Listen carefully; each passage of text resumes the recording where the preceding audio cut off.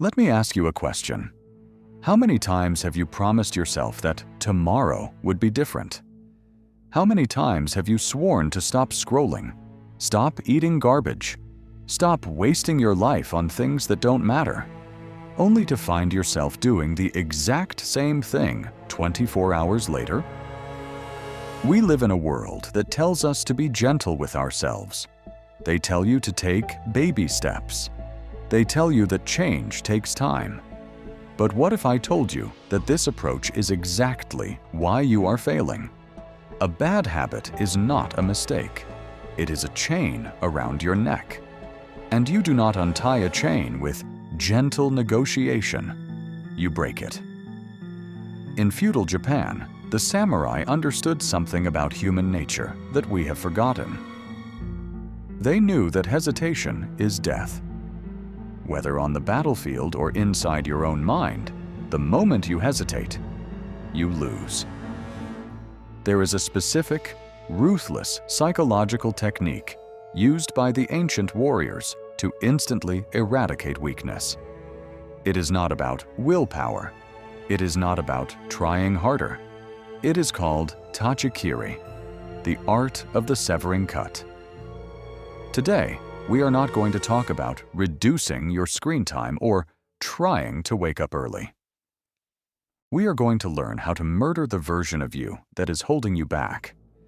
If you're ready to stop negotiating with your weakness, subscribe to the TGR Flurby right now.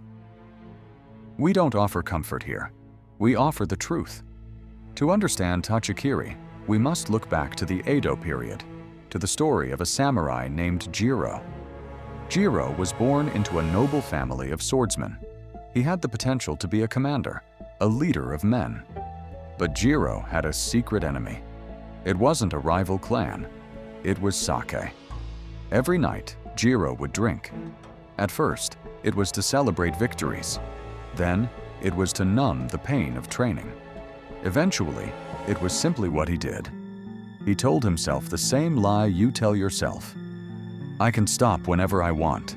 I just need to relax tonight. One morning, the alarm bell rang in the village. Bandits were raiding the outer perimeter. The other samurai rushed to their posts, armor on, blades sharp. But Jiro was stumbling. His head was pounding from the night before. His hands that should have been steady as stone, were shaking. By the time he managed to find his sword and stumble out the door, the battle was already over. His comrades looked at him not with anger, but with something far worse: pity. Disgraced, Jiro fled to the mountains, seeking an old hermit named Master Goro, a man known for his demon discipline. Jiro begged the master, "Teach me how to control my drinking. Teach me moderation." Master Goro looked at him and laughed. He handed Jiro a rope that was tied in 1,000 complex, tight knots. "Untie this," the master commanded, "but you must do it while I hold your head underwater." Jiro panicked. "That's impossible. I will drown before I untie a single knot." The master drew his short sword. In one blinding motion, he sliced through the center of the rope. The knots fell away instantly. "This is tachikiri," the master said. "You are trying to untie your demons with the same fingers that fed them. You cannot negotiate with poison. You must cut it out." For the next month, Jiro was not allowed to try to stop drinking.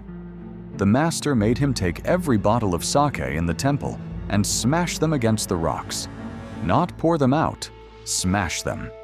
The violent action was necessary.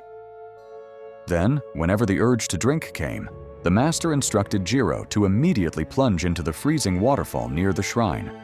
There was no maybe later. There was no just one sip. Trigger, then action.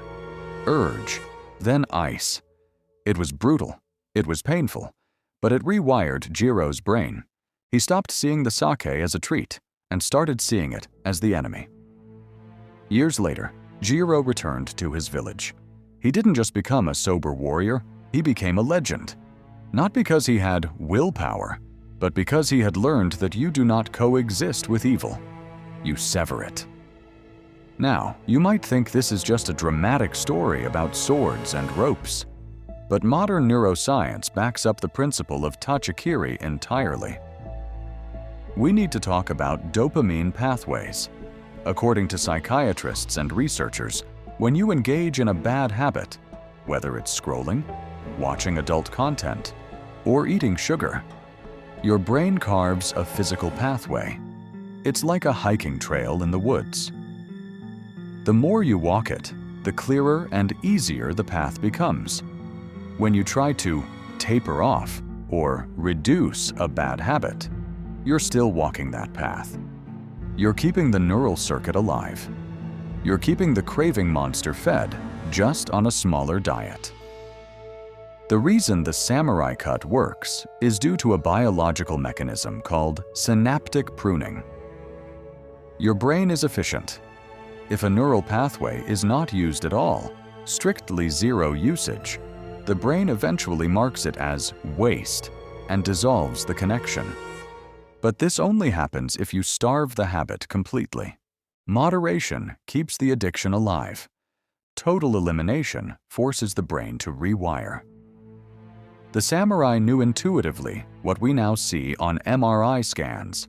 The most painful method is actually the easiest in the long run. Trying to resist a cookie is hard. Throwing the cookies in the trash is easy.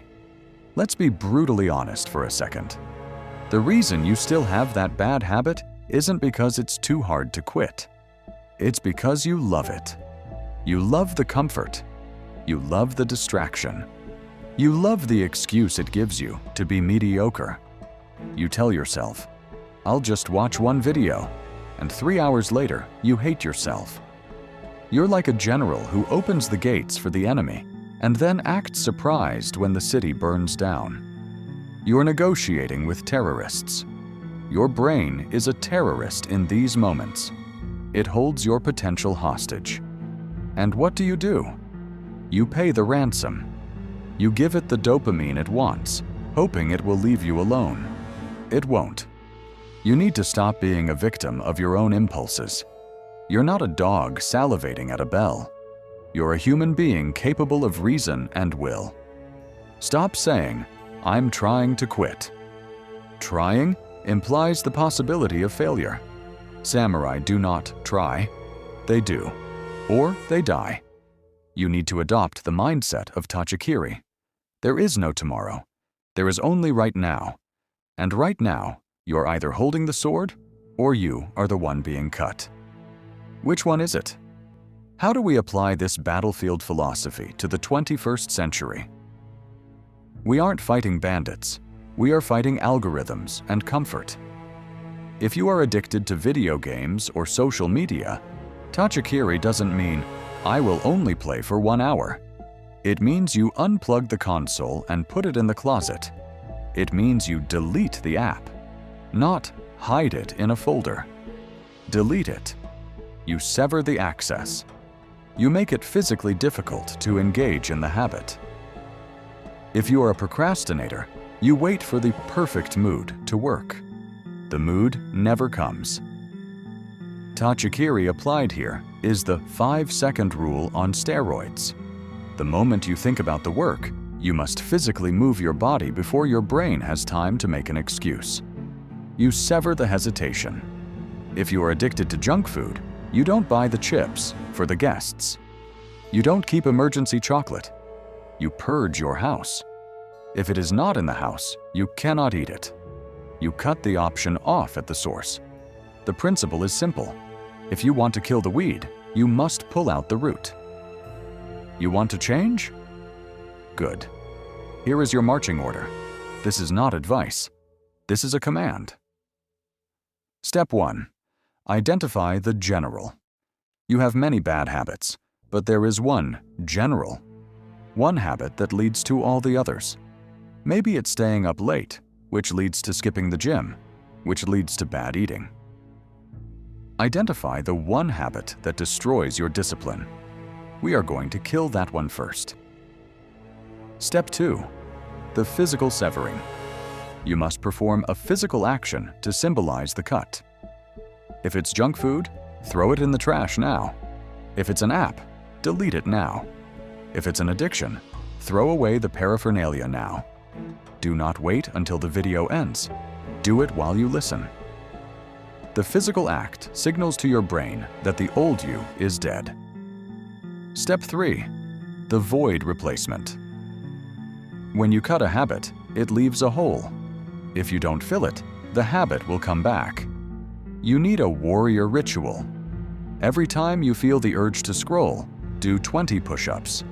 Every time you want to smoke, drink a glass of ice water. Replace the cheap dopamine with a physical challenge. Let's go back to Jiro, our samurai. He didn't stay sober because he was afraid of the master. He stayed sober because he changed his identity. He stopped saying, "I am a drinker trying to stop." He started saying, "I am a warrior, and warriors do not poison themselves." This is the secret. You have to decide, right here, right now. Who are you? Are you a slave to your impulses? A leaf blown by the wind? Or are you the storm? The sword is in your hands. The rope of your bad habits is in front of you. Do not untie it. Cut it. If you are ready to destroy the old version of yourself, comment below. I am the sword. Like this video to sharpen your resolve. Subscribe to the TGR Flurby to join the few who choose the path of strength. Dismissed.